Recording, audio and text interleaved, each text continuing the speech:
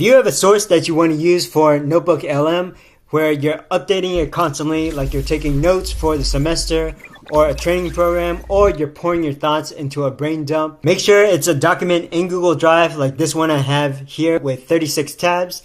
Once you upload it in NotebookLM, you'll see it in the left panel here. You can click on it, and then you can also make changes in your document like I have with this title page.